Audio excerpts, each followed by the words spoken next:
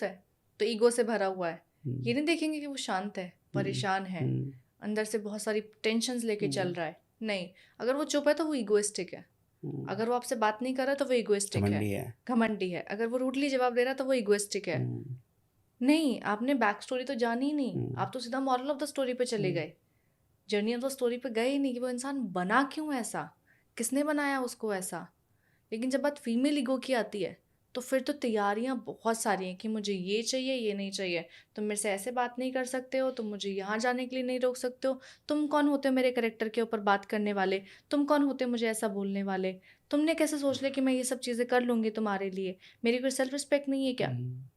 ये female ego होती है। एक एक शब्द लगता है, मैं क्यों झुकूं, मैं क्यों करूं। ईगो क्या है, मैं, रिश्ता कैसे चलता है हमसे, तो जहां भी मैं ज्यादा होगा ना वो तो है ईगो। और लड़कियों के लिए मैं बहुत बड़ा होता है, एक थप्पड़ पे डिवोर्स हो जाते हैं, क्योंकि मैं नहीं सह सकती, मैं घर का काम नहीं कर सकती। अभी एक मूवी आई है मिसेस, बहुत लोग उसको प्रेज कर रहे हैं कि यार एक औरत है, सुबह से शाम तक किचन में लगी रहती है, उसको उड़ने नहीं दिया जा रहा है, उसको फैसले नहीं लेने दिए जा रहे हैं, वो अपनी ज़िंदगी में बहुत पैशनेट है, अपनी डांसिंग को लेके वो कुछ काम नहीं कर पा रही है। बात क्यों नहीं करी, कम्युनिकेट क्यों नहीं करा। अगर तुम्हारी ज़िंदगी में तुम्हारा कोई पैशन था, why didn't you tell the person before getting married कि I will pursue this passion as a job.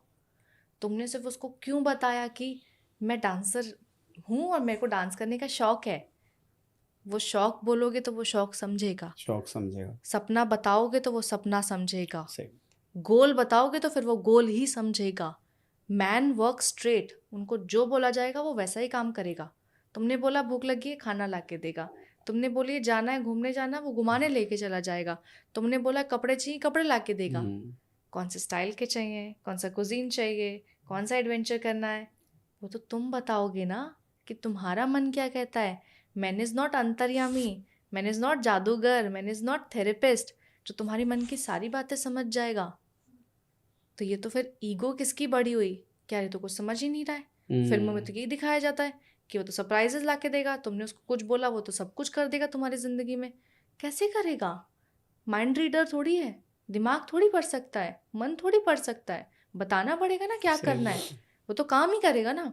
तुमने बोला खाना खिला दो, खाना ला के दे देगा। चाइनीज़ खाना है, इटालियन खाना है, एशियन खाना है, क्या खाना है तुम बताओगे ना। तो ज़िंदगी में ज़रूरी क्या है तुम बताओगे ना। अगर घर का काम तुम्हें नहीं करना आता है तो तुम पहले ही बता दो। इसलिए मैं कहती हूँ शादी से पहले ही बता दो कि आई डोंट लाइक घर का काम, मैं बाहर के कामों में ज़्यादा अच्छी हूँ, या फिर मुझे बाहर जाके काम करना है। तो वो पहले ही बोल देगा यार हमारे घर में तो ये नहीं चलता, अगर हम झाड़ू पोछे के लिए मेड लगा सकते हैं but cooking you have to do, because हमारे घर में ये कल्चर नहीं है। मम्मी करती आई हैं, मम्मी ने ही नहीं बोला कि मेरे को क्यों दबा के रखा, मम्मी ने शौक से किया होगा, अपनी मर्जी से किया होगा, और उन्होंने कोई रूल्स नहीं सेट करे होंगे कि आगे आके आने वाली जनरेशन भी यही करे। आगे आने वाली जनरेशन का फ़र्ज़ बनता है कम्युनिकेशन, ये बताना कि मैं नहीं कर सकती हूँ, और नहीं कर सकती हूँ तो क्यों नहीं कर सकती हूँ, या तो आता नहीं है या मैं करना नहीं चाहती हूँ।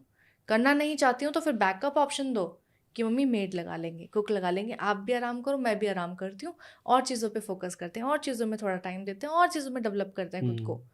That can be option. But छोड़ के चले जाना, तलाक ले लेना, इस बात पे लड़ाइयाँ कर देना, कलेश कर देना, it is not an option, it is a escape. वो भागना होता है। तो ईगो तो बड़ी हमेशा फीमेल की हुई। और इमेजिनरी वर्ल्ड है ना, ये दिखाया जा रहा है, ये बनाया जा रहा है। आम आदमी परिवार के साथ जाता है कुछ खरीदने के लिए, क्योंकि गाड़ी उसके ज़िंदगी के लिए एक बहुत बड़ी नेसेसिटी होती है कि अब मेरा जो परिवार है वो एक लेवल अपग्रेड हो गया, मैंने उनके लिए कुछ कर दिया है। दैट गाड़ी, दैट घर, उसके लिए अपनी ज़िंदगी में एक कंट्रीब्यूशन होता है अपने परिवार के लिए।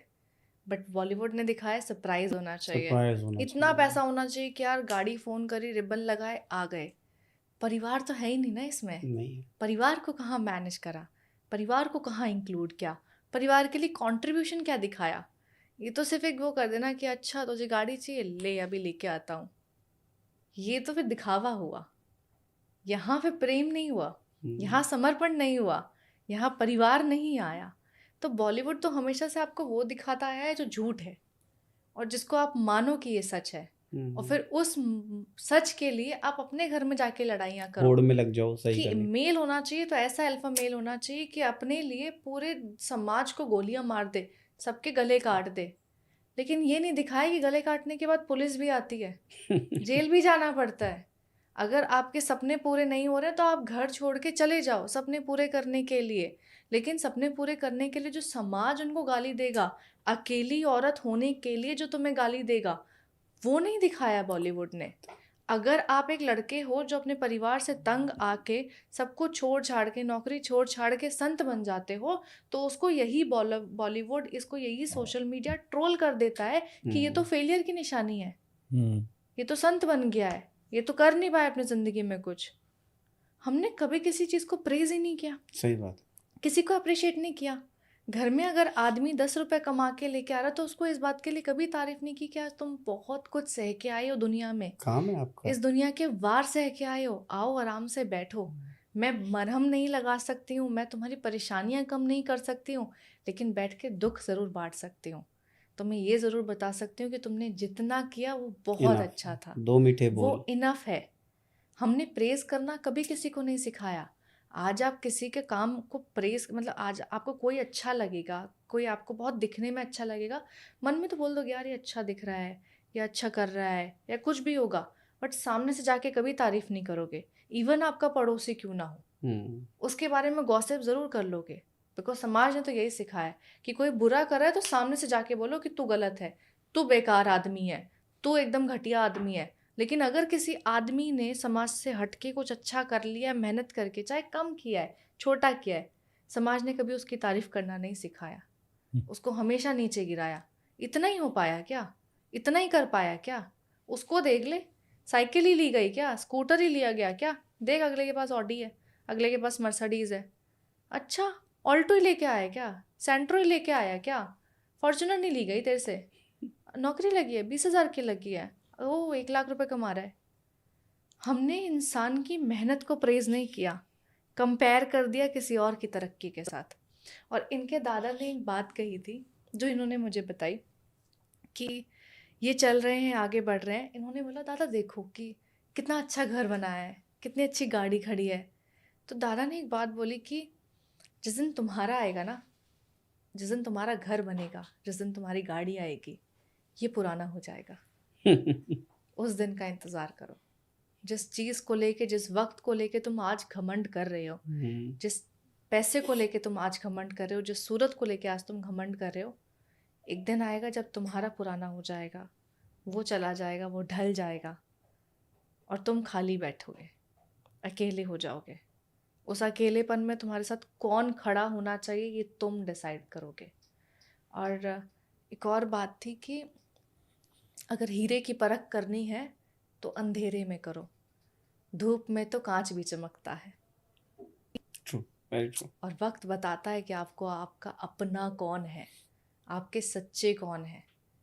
क्योंकि आपके अच्छे वक्त में तो सब खड़े होंगे तारीफ करने के लिए, हाथ मिलाने के लिए, आपको बढ़ावा देने के लिए, पार्टी करने के लिए, एक्साइटमेंट दिखाने के लिए।